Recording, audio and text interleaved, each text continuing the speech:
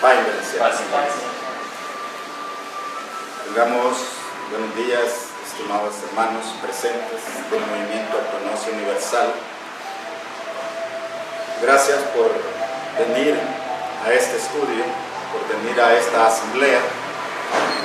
Queremos agradecerle de todo corazón a todos ustedes y transmitir, como siempre, en cada asamblea un mensaje gnóstico, un tema gnóstico, que nos permita a cada uno de nosotros reflexionar, trascender y cambiar nuestra vida, porque ese es el único objetivo de nuestro mensaje, que cada uno de nosotros aprenda a cambiar, a mejorar su vida, cambiar su conducta, su carácter.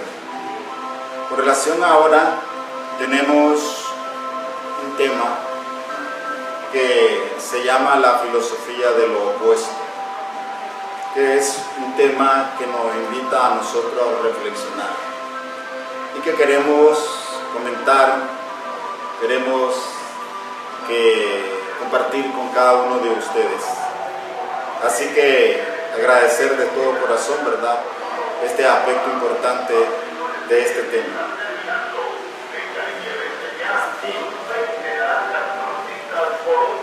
Buenos días, hermanos. Queremos compartir este tema y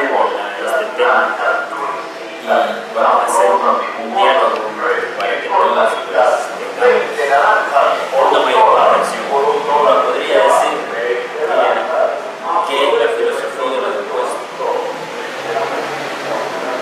Cuando se habla de lo opuesto, que lo hemos denominado o se denomina la filosofía de lo opuesto, es sencillamente que algo o una cosa es contraria a otra cosa. Por eso se llama la filosofía de lo opuesto o la filosofía de los contrarios. Si nosotros vemos verdaderamente esta filosofía de los contrarios, lo encontramos en la naturaleza. Existe el frío, su contrario el calor. Existe el agua, contrario el fuego. En la vida encontramos nosotros que existe lo blanco, existe lo negro. Existe la luz, existe la oscuridad. Así como existe la alegría, existe la tristeza. Como existe el optimismo, existe el pesimismo. Y así podemos mencionar muchas cosas. En la naturaleza existe lo opuesto y lo contrario para que haya un equilibrio en el mundo físico. Pero en el aspecto meramente psicológico es otro aspecto. Porque cuando lo vemos desde el punto de vista psicológico existe lo contrario de lo espiritual a los defectos. Y podríamos decir, encontramos nosotros defectos y virtudes, pero en ese campo no podríamos decir que debe haber un equilibrio dentro de eso, no. Ese es otro aspecto que vamos a ir planteando y desarrollando.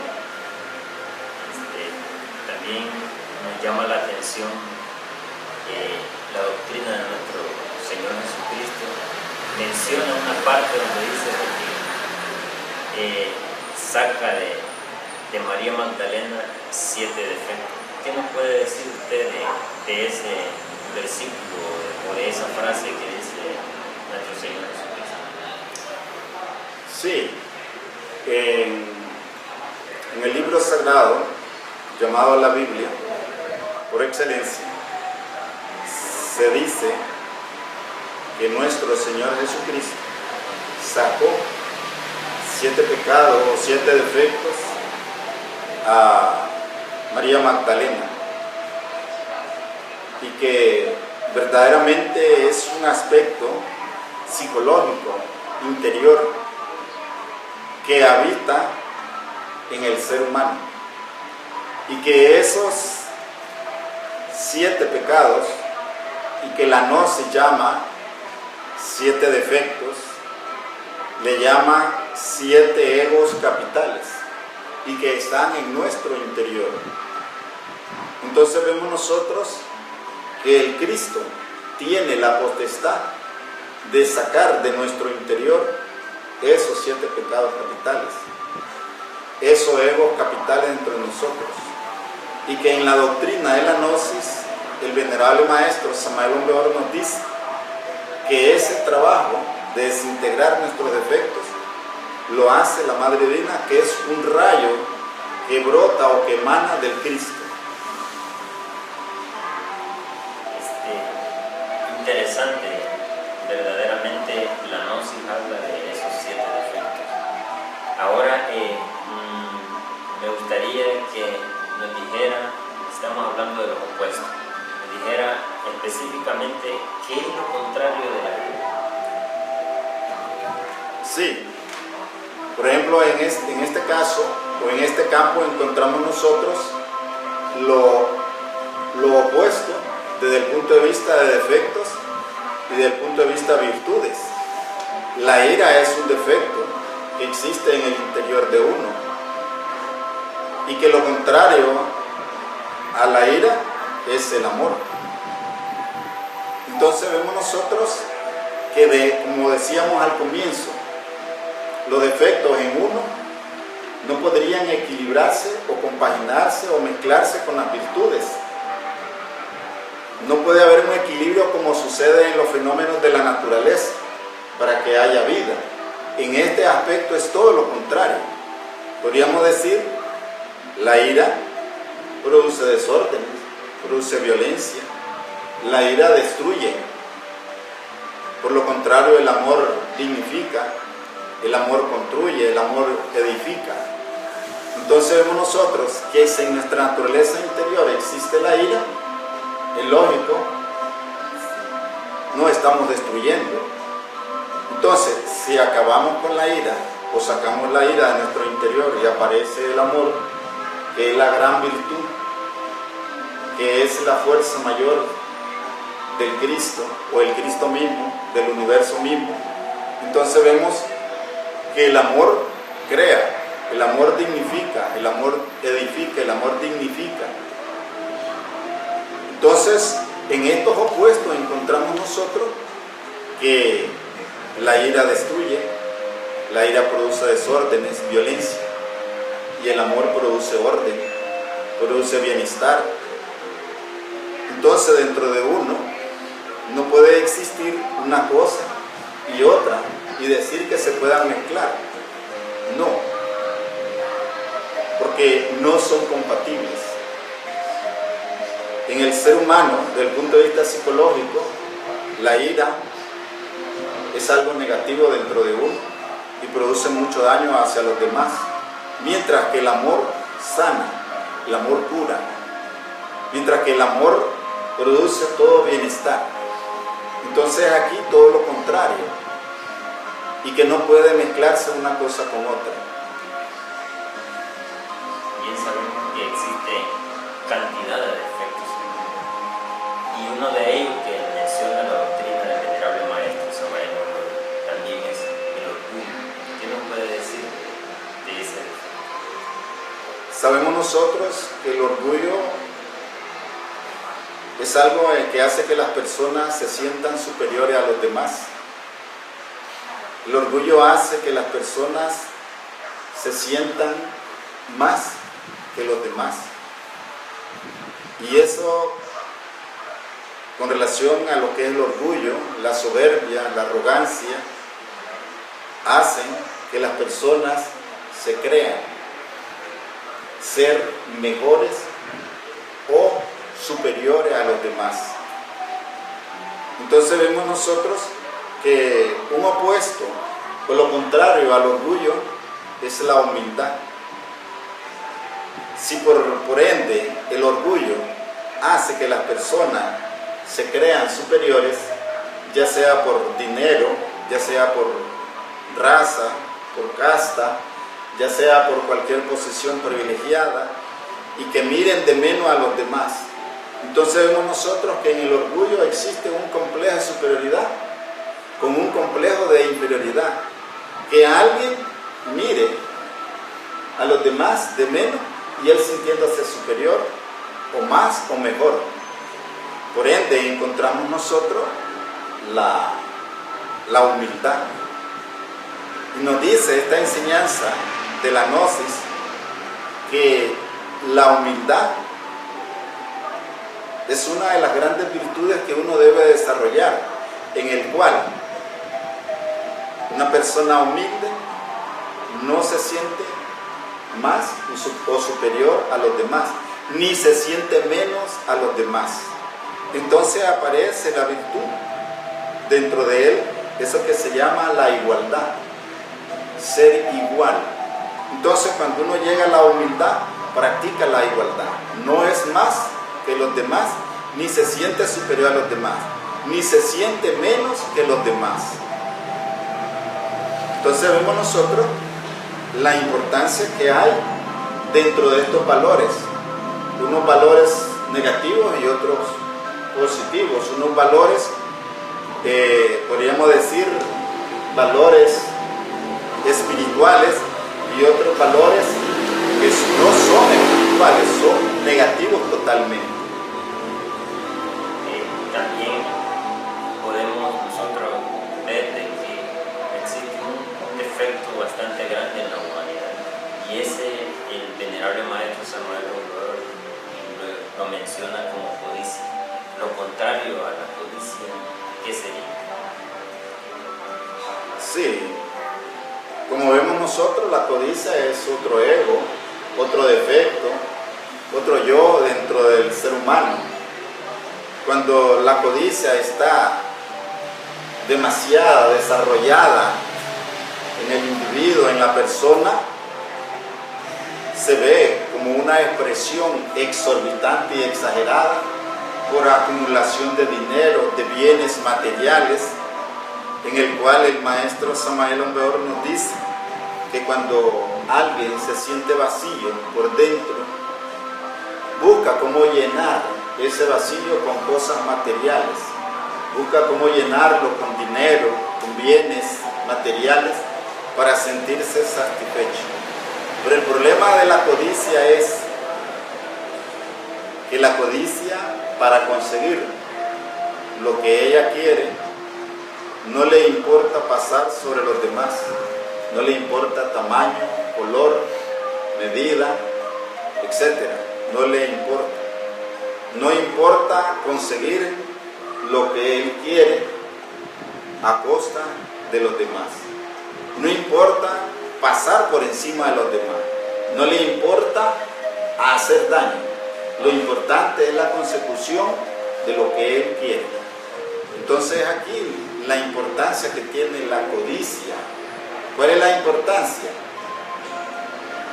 Que hace que las personas se redondeen desde el punto de vista material, pero en su interior existe un vacío, y ese vacío se llama falta de valores espirituales, falta de amor, falta de paz, falta de armonía, falta de bienestar. Entonces en su interior verdaderamente vemos las personas redondeándose en la consecución de bienes materiales con el único objetivo de sentirse satisfecho y sentirse agradado a sí mismo y ejercer un poder sobre los demás y no importar si hace daño. Encontramos nosotros que lo contrario a la codicia, nos dice esta doctrina, es el altruismo. Podríamos llamarle generosidad también. Lo contrario a la codicia es eso que se llama altruismo. ¿Qué es el altruismo? El altruismo es cuando las personas se ayudan mutuamente. ¿Qué es la generosidad? Es cuando la persona ayuda a otros a salir de su sufrimiento, de sus dolores, ayuda de un punto de vista material y ayuda de un punto de vista psicológico y espiritual. Entonces vemos nosotros que el altruismo hace que las personas se ayuden unas con otras. Al contrario de la codicia no permite que las personas se ayuden unas con otras. Más bien la codicia hace que las personas se dividan, se desunan y se destruyan. También existe un defecto bastante grande en todos nosotros, no lo vamos a negar. Ese defecto el venerable maestro Samael Aun Weor lo menciona como lujuria. ¿Qué nos puede decir de la lujuria y de lo contrario a ese defecto? La lujuria es uno de los egos capitales en el interior de nosotros. La lujuria en sí es un monstruo y que el maestro denomina y dice la lujuria asqueante. Verdaderamente la lujuria es asqueante, porque en la lujuria lleva a la persona, lleva al ser humano a no respetar color, tamaño, raza, aún ni religión. ¿Por qué? Porque la lujuria hace que los seres humanos pequen dentro del aspecto de eso que se llama la fornicación y eso que se llama el adulterio y todas las aberraciones sexuales. Podríamos decir, cuando el maestro Samael Aun Weor nos dice que la lujuria asqueante nos da a entender que hiede, que produce pudredumbre, produce hedor,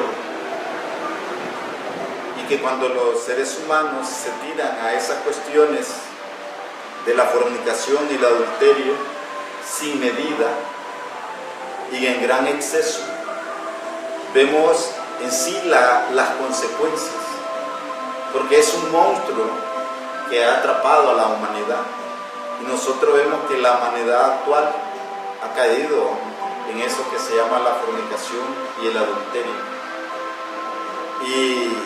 Y esta enseñanza nos dice que la fornicación es cuando el hombre y la mujer se unen sexualmente con el único objetivo de botar su energía sexual. Entonces, cuando llegan a fornicar, llegan a botar su energía sexual, sencillamente eso se llama fornicación. Llegan a derramar el enseminis, la entidad seminal. A eso se le llama fornicación. Y cuando se le habla de adulterio, encontramos nosotros que es cuando una persona se une a otra indebidamente, se une a otras personas, anda con una y otra, anda con uno y otro. Entonces la humanidad ha caído en eso. ¿Por qué? Porque la lujuria es el placer más grande, más exquisito y más fuerte que hay en el ser humano. Un cañonazo que nadie quiere salirse de allí, pero cuando uno tiene fuerza de voluntad puede salirse de allí. Entonces vemos nosotros que lo contrario a la lujuria, lo contrario a la fornicación y al adulterio, es lo que nos plantea esta enseñanza gnóstica, es la castidad. Y esto nos recuerda lo que nos dijera nuestro Señor Jesucristo. Dice, hay que ser casto en pensamiento, palabra y obra. Fíjenlo bien, casto. Si nosotros nos vamos a buscar la palabra casto, es una palabra que traducida quiere decir limpio. Entonces hay que ser limpio en pensamiento, hay que ser limpio en palabra y hay que ser limpio en obra. Entonces hay que ser limpio sexualmente. Entonces cuando alguien bota su energía sexual no es limpio, pero cuando alguien la aprovecha, la transmuta y deja de botar su energía sexual y ya no la bota por ningún motivo ni por ningún lado, sino que la transmuta y la retiene y la guarda y la lleva hacia arriba y hacia adentro, entonces se convierte en una persona casta sexualmente, en una persona limpia sexualmente. Entonces cuando alguien llega a la castidad, deja de practicar la fornicación o mejor dicho, el adulterio. Entonces es casto. Y si esta persona ha logrado la castidad mental en pensamiento, tiene pensamientos limpios y puros. Si esta persona ha logrado la limpieza o la castidad verbal, es lógico, habla sanamente. Existe otro defecto que realmente es importante analizar, y este es la pereza, pero en realidad como que se relaciona con el descanso. ¿Qué nos podría decir o la diferencia de descanso, la pereza y lo contrario a ello? Fíjense bien, la pereza se confunde muchas veces con el descanso, se confunde muchas veces con el relajamiento, se confunde en sí con eso que se llama ir a descansar, ir a dormir, porque la pereza en sí se dice es no hacer nada, pero si nos fijamos bien, la pereza nos induce a hacer algo. ¿Qué nos induce? Ir a descansar. Nos induce a hacer cosas de no hacer. Por ejemplo, si alguien tiene que trabajar y no trabaja, entonces se le dice, este es un haragán, este es un perezoso. Pero realmente, ¿a qué nos induce la pereza? La pereza nos induce a no trabajar. Y entonces el trabajo físico y el trabajo espiritual. Una persona que tiene una pereza desde el punto de vista físico, no trabaja físicamente. Le gusta el ocio, le gusta vagar, le gusta ser mantenido. Ese es un punto de vista físico. Pero desde el punto de vista espiritual, podemos ver nosotros personas que trabajan físicamente duro y podemos decir, esa persona es trabajadora, no es haragana, no es perezosa, es una persona trabajadora. Pero cuando nosotros le llevamos la enseñanza gnóstica y le planteamos que trabaje sobre sus defectos y no lo hace y dice que no, entonces esta persona, la pereza lo induce a no hacer ese trabajo.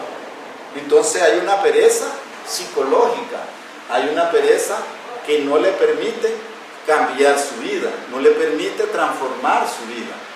Entonces esta pereza lo obliga a no ver sus defectos. Y al obligarlo a no ver sus defectos, es lógico, no puede trabajar sobre sus defectos, no los ve. Y si los ve, siente un desánimo, porque esa es la pereza, un desánimo de no querer hacer aquello. Y entonces vemos nosotros la importancia que tiene el trabajo espiritual.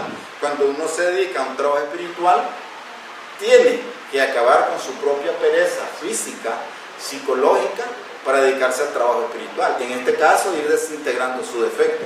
Una persona que se dedica a desintegrar sus defectos,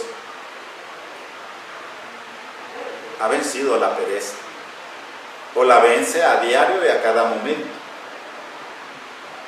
Pero una persona que no trabaja sobre sí mismo, sobre su defecto, no quiere desintegrar su defecto, está atrapado por la pereza.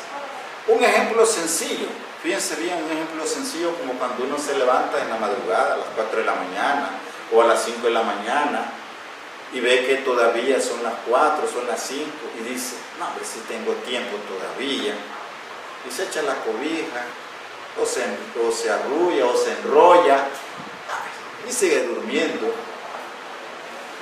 Vencer la pereza en el momento de levantarse es muy importante, porque las personas cuando se levantan de madrugada vencen la pereza para ir a trabajar en su trabajo físico y se dedican y se levantan de madrugada para ir a meditar, para practicar, están venciendo la pereza. Entonces vemos nosotros la importancia que tienen esos opuestos.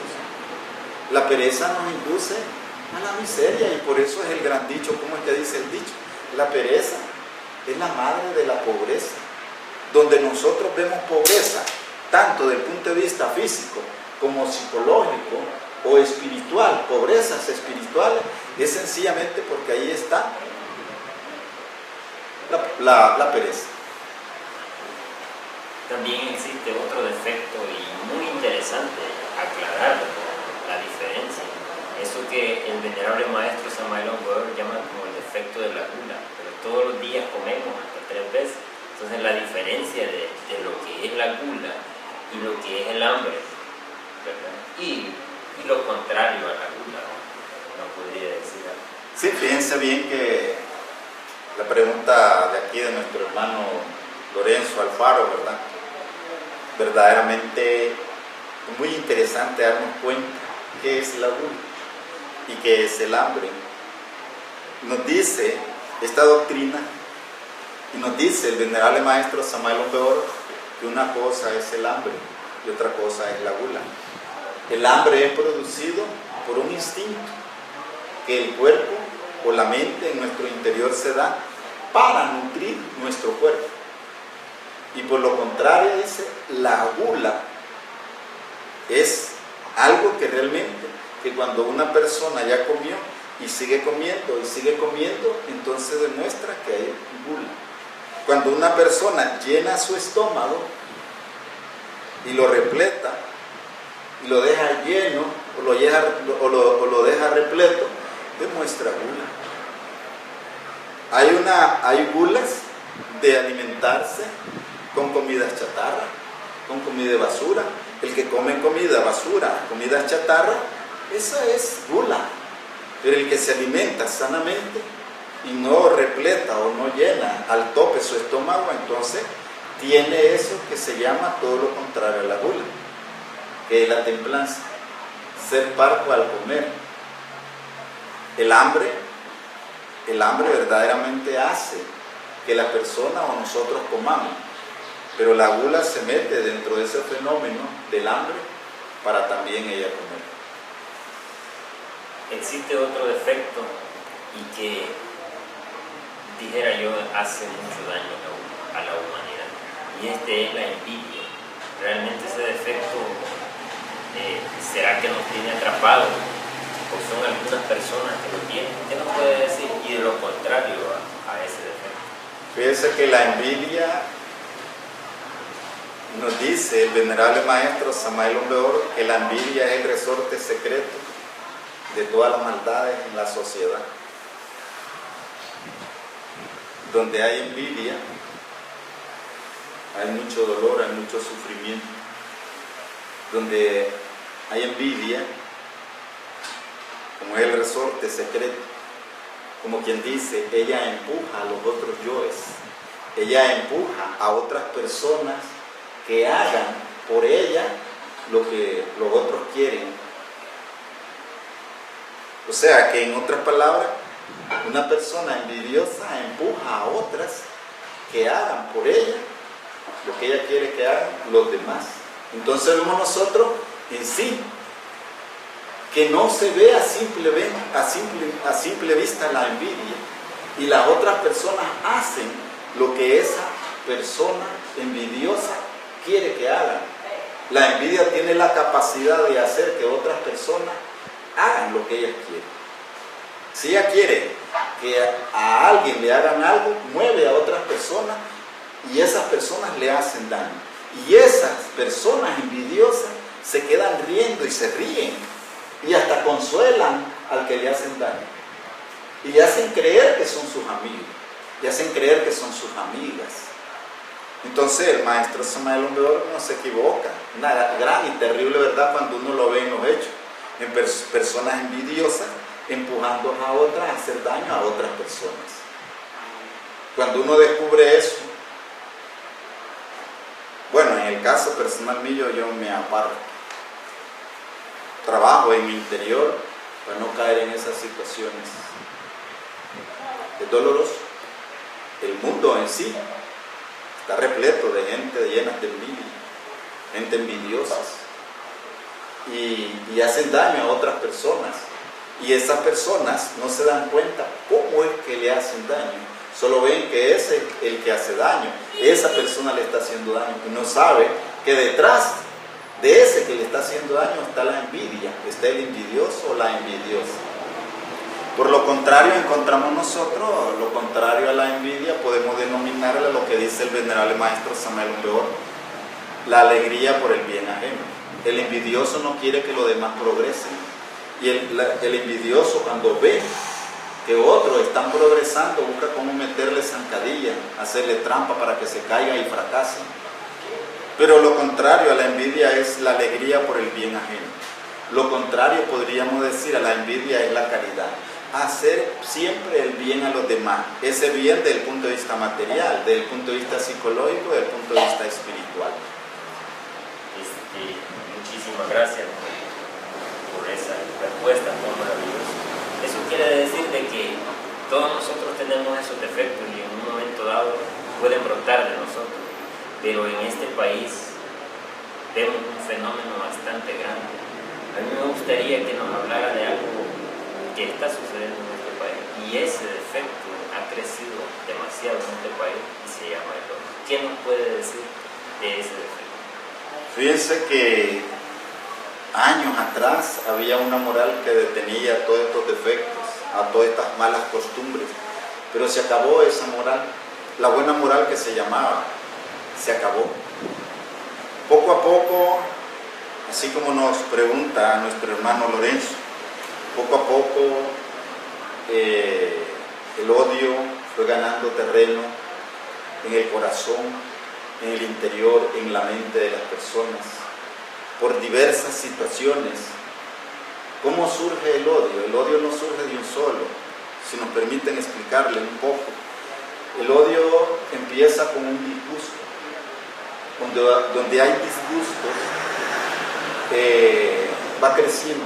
Ese disgusto se convierte en resentimiento.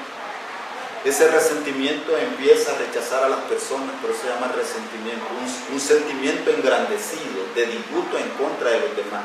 Entonces surge el rechazo. Después del resentimiento viene el rencor. El rencor ya es algo más grande que el resentimiento. Entonces, cuando alguien tiene rencor, busca cómo hacer daño. Y después del rencor viene el enojo, que es la ira en una expresión fuerte. Y cuando viene el enojo, aparece el odio. Después del enojo aparece el odio. Y cuando las personas tienen odio, aparece la venganza. La venganza hace que las personas no perdonen, hace que las personas se desquiten hasta de la más mínima cosa que alguien le ha hecho, que le ha hecho en contra o le ha hecho mal.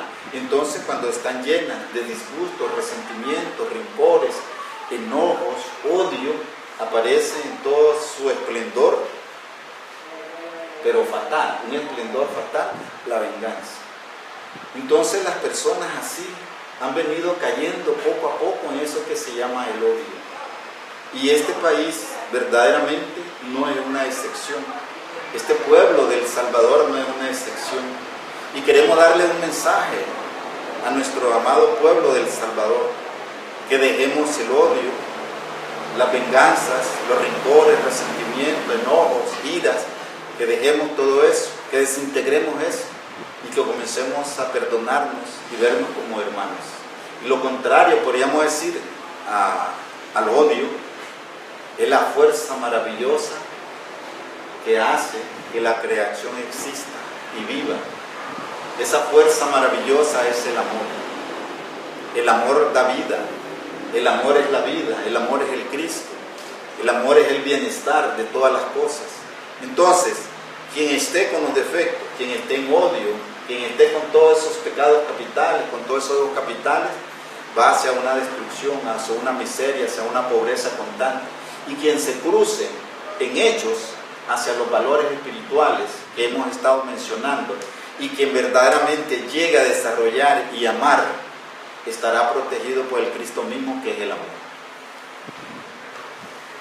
Muchísimas gracias por esa conferencia o esas palabras tan maravillosas. Realmente conocemos que tenemos esos defectos y hay que hacer algo por nosotros mismos. Y si hacemos algo por nosotros mismos, pues estamos haciendo algo por nuestra familia. Muchísimas gracias. Gracias por sus palabras. Paz y bendición. Sí, siguiendo, ¿verdad?, con este aspecto de la filosofía del opuesto. Existe la filosofía del opuesto en la naturaleza desde el punto de vista físico, pero lo que nosotros planteamos es la filosofía del opuesto desde el punto de vista psicológico. Que es mejor desintegrar los defectos para que aparezcan los valores y que nuestra vida sea diferente, nuestra vida sea totalmente de acuerdo a esas acciones de los valores, porque no puede, como dice el apóstol Santiago, ¿verdad?, una misma fuente sacar agua dulce y sacar agua salada, ¿verdad?, o amarga. Entonces no puede el hombre estar bendiciendo a Dios y maldiciendo al hombre mismo. Entonces necesitamos desintegrar los defectos para que solo quede esa fuente de agua viva, que son los valores espirituales. Paz y bendición.